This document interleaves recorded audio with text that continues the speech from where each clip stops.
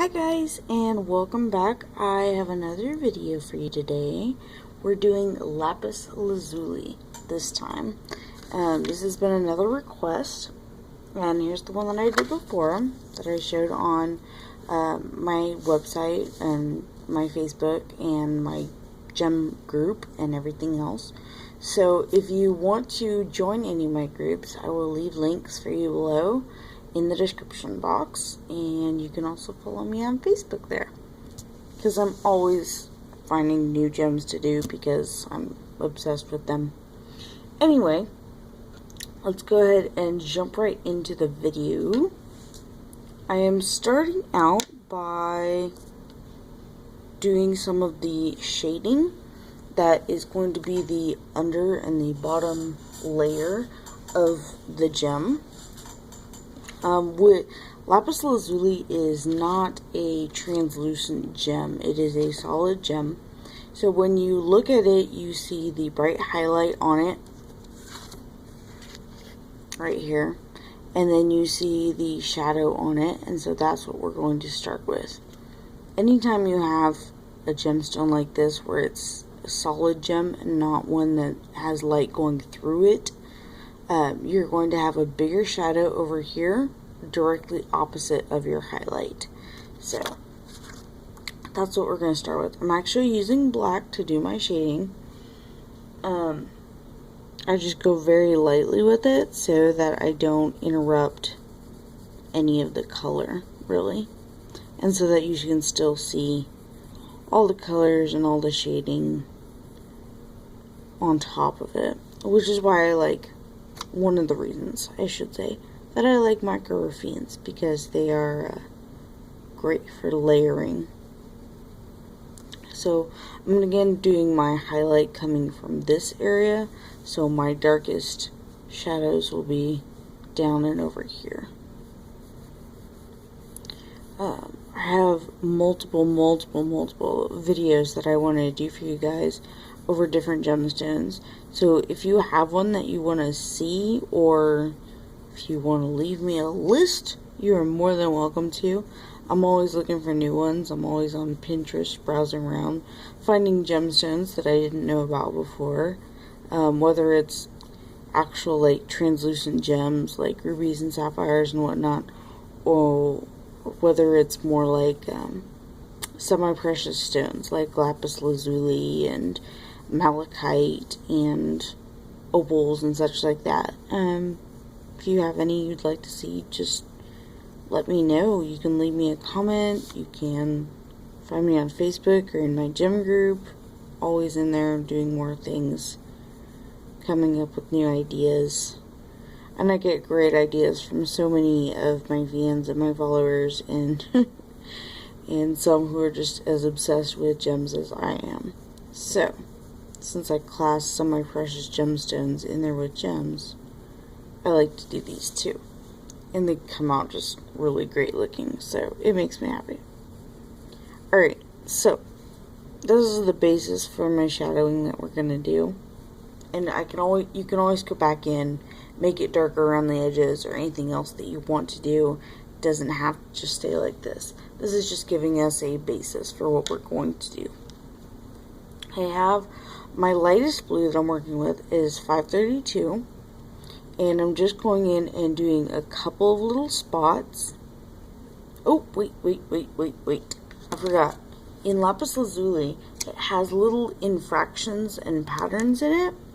And I want to put those in so that I know where they are and how they're working with. You can see them here and here. And so those I like to put in so that they go under the blue, and then if you want to put more on, you can always do more. I like them to be kind of crackish in the way that they go in, so I kind of keep little jagged edges on them. And this is actually gold. I'm using 571 in the marker Raffines, if you'd like to follow along with the exact ones that I am using. And I want like a big one that goes down this way. So there's that. And then I have a little one that comes off of here. Looks good, right? Yeah, okay. So I'm using gold on that, and then the second one I want to use is 553, and it's more of a darker tan, I guess, and I just kind of want to go over the gold and around it so it has a second layer of color that's a little bit different. It's just something that I like to do. I don't like to use just one color. I like to layer colors and have different ones. I think that they help play off each other. So there's that one as well. I think that looks pretty good. I like cracks in my stones and make them look as realistic as possible. Okay, where were we with our blues? 532. Okay, so I'm only putting some of this down. I don't want a whole bunch because I only want it in some areas of like light blue. So I'm just putting it down in some areas. And then because Lapis Lazuli is a very intense blue, I'm going in with a very intense blue as our undertone for it, which is 535. It's very, very bright. I'm going to go over almost all of the stone with this. I want to go over the shadows for sure, and the gold, some of the light blue, because I want to leave some colors or some spots very splotchy, because I want it to all to be able to be seen as variations in the stone, you know. So I do want to go over all of, or at least most of, the shadows and the stone itself. And I'm going pretty quick, I know, but you can be kind of sloppy with it. It all goes under and in layers, and so it's fine to do layers that aren't like super exact. Okay, I like the way that looks. Kind of want to do a little bit more over here. Okay, and then we're going to start going more in depth with our blues. I also have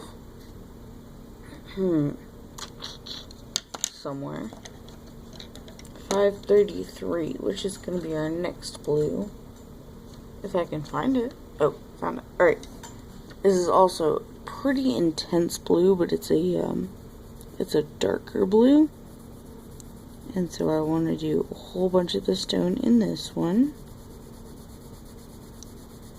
I feel like it gives the stone more depth and more feeling of realness if I have more blues on there.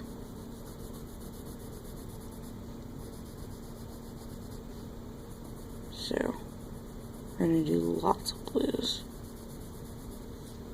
I'm just going over pretty much all of it. But you'll still be able to see differentiations in the stone as we go, which is a good thing. You want it to have those. You don't want everything to be flat, plain, like that. Just, it won't look the same. You know what I mean? Jelly bean? Okay, so we want to take 530, which is here somewhere. I don't have these in order, and I should. Okay, 530, which is, again, another darker blue. And we're going to go over all this, and I'm changing directions so that I'm filling in more of the tooth of the paper with this one. And again, we're just going to go over most of the stone with it in a light wave of color.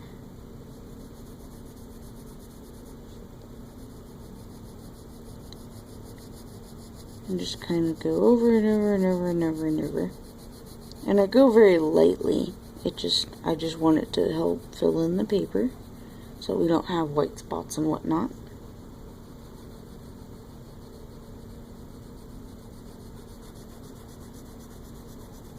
And then our darkest blue that we're going to use is going to be 529, I believe, which is the next darkest one from this one. Yeah. And where is that one? Catches. And then this one, again, just everywhere. And this one, you want to go a little bit slower with it. And go ahead and just take your time. Kind of circles. You want to kind of use it. You're kind of using it to blend in all the other blues.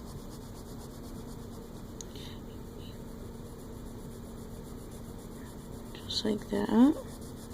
Moving a couple places not quite as covered because I want that differentiation in there. I'm going to come back in with a couple of the lighter blues and put them in more layers on the top so that we have that as well. I'm going to come back in with the super bright blue, the 535, and I'm going to put this over here. As you can see, it's kind of starting to blend itself out up here. And I'm also going to come in with the other light blue, 532, and I want it right up here.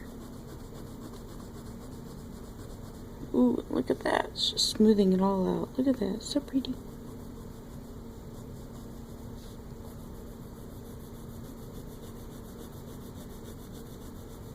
Just like that. And then it's just about done. I want to bring in my gold, go over my lines a little bit and bring them kind of up to the surface a little bit more, just in parts of them. Don't have to go over all of them if you don't want to. And then I think I want to bring in my white actually to do the blending of the gem. And I just want to go over all of the gem very, very lightly and just blend them all together. White is really good for that in the marker Raffines. It doesn't have a lot of pigment or lightening power like the Prismacolor white. Prismacolor white, if you put white on it, you know you put white on it. The marker Raffine, because they're very translucent, it just kind of blends it out.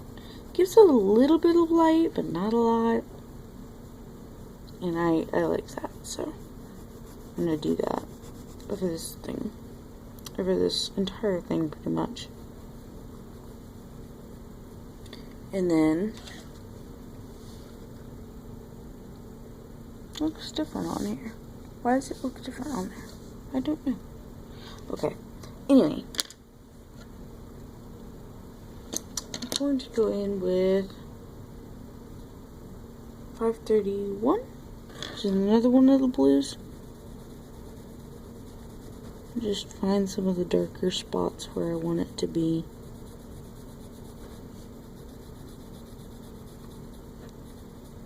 And then I'm just going to go darken the edges back with my black, which is 570 in the marker Raffines. And I want it to really bring in the depth and the darkness of our shadow. Because, I mean, honestly, like, Lapis is very dark, intense kind of looking stone, which is a good thing. We like those. Just bringing that shadow back in will help it kind of pop out, which we want. Especially around your edges. Make sure you get your edges push away from you and down the sides so light isn't really hitting them. And so this just helps that illusion of your gem pop up a little bit more. I'm doing a little bit on the top there, as you can see, to kind of blending it into the blues and getting darker towards the edges.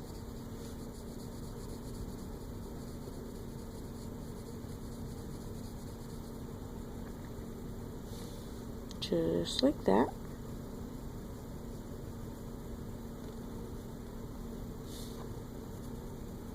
Ooh, sorry, I'm going out of my little camera here.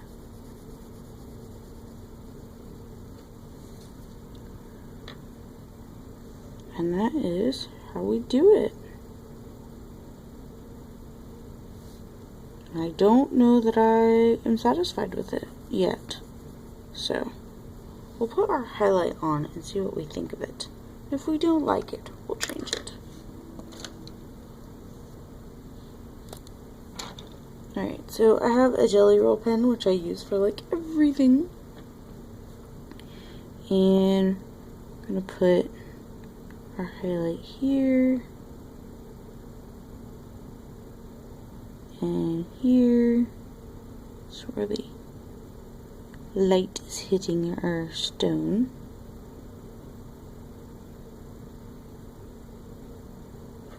My gel pen is having attitude issues today. Maybe I need a new one. I don't know. There we go.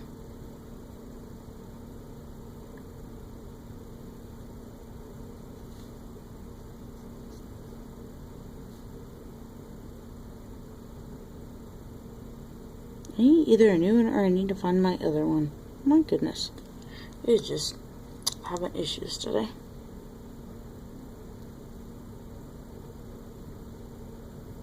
Yep, I think I need a different one. Anyway, that's pretty much where we have it. I'm going to put some little lines around it this way.